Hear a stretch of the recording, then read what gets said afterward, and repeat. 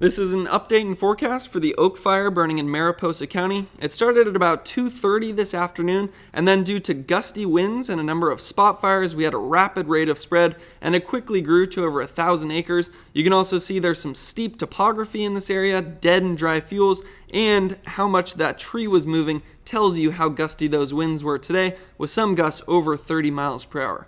Now, the most recent numbers we have to work with are 1,750 acres with 0% containment.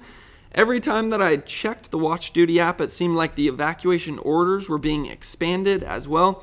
I know that the main priority right now, not as much focused on stopping this fire, but mostly focused on just getting people to safety and in structure defense.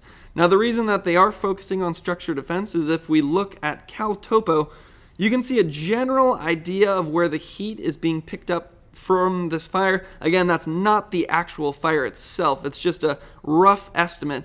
But these orange dots that I'm flashing on and off right here represent where those structures are, which is why this fire is such a large priority.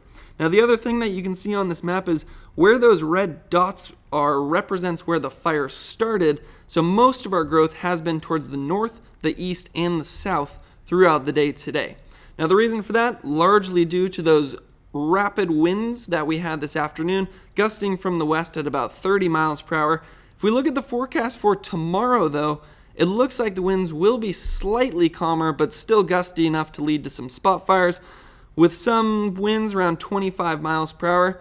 Now, I think the bigger concern, considering that the winds will be calmer tomorrow than they are today, is when it comes to temperatures, we're still in the mid-90s, and even more concerning, relative humidity will be in the single digits. That means the drier the air is, the drier those fuels will be, the faster the fire will be able to spread, and the more likely it will be for new spot fires to become established. So if I had to make a forecast for this fire, it will continue to grow, especially towards the east, but we're just going to have to wait and see what happens. I'll have more updates, and there's a full update on Holt Hanley wildfire forecasting on YouTube.